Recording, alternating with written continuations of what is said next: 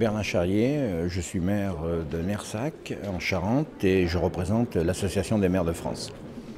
Nous attendons de nombreuses choses, c'est-à-dire mettre autour de la table, mettre sur table tous les problèmes. Notamment, nous étions sur le déplacement en veillant bien à ce que tous les modes de transport soient évoqués. Ah oui, les débats sont très corrects, riches, non partisans. Chacun a bien compris qu'il était nécessaire de mettre tout sur la table parce que si ce Grenelle a lieu pour arriver à des mesures ou des mesurettes qui n'apporteront rien du tout à l'état de notre planète, c'était pas la peine de le faire. Donc je crois que chacun en est bien conscient. Là, il y a une véritable prise de conscience positive sur ce Grenelle. Je suis Josh Piguel, président de la communauté d'agglomération Mulhouse Sud-Alsace et je représente aussi l'association des communautés de France.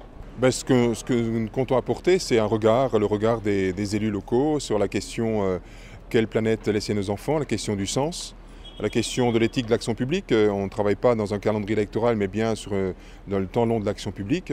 Et puis la question de la démarche, comment mobiliser le territoire, l'ensemble des acteurs, les habitants, les élus. Je pense d'ailleurs que ça doit passer par une démarche fondamentale d'information, de sensibilisation des habitants. Il ne faut pas qu'il y ait de décalage entre guillemets les sachants et les habitants. Il faut créer les conditions d'une vraie dynamique. Dans une démarche côte à côte, dans une démarche de plein pied, ce qui me paraît être essentiel dans le Grenelle de l'environnement, c'est-à-dire une période de transition, une révolution douce qui nous permette d'apporter un regard différent sur la vie publique et même sur les comportements de l'espace privé.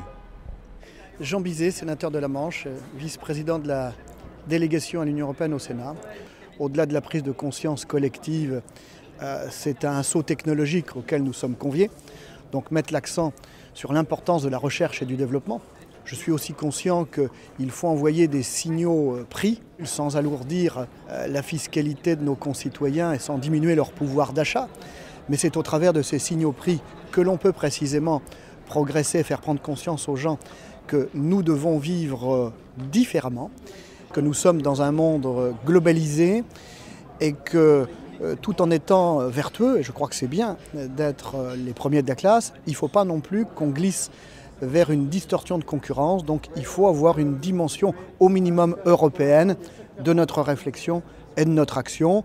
Les gens sont très motivés et je suis ravi parce que j'ai eu maille à partir autrefois avec des organisations environnementales et je suis ravi que l'on puisse se trouver déjà autour d'une même table. C'est déjà important de pouvoir dialoguer.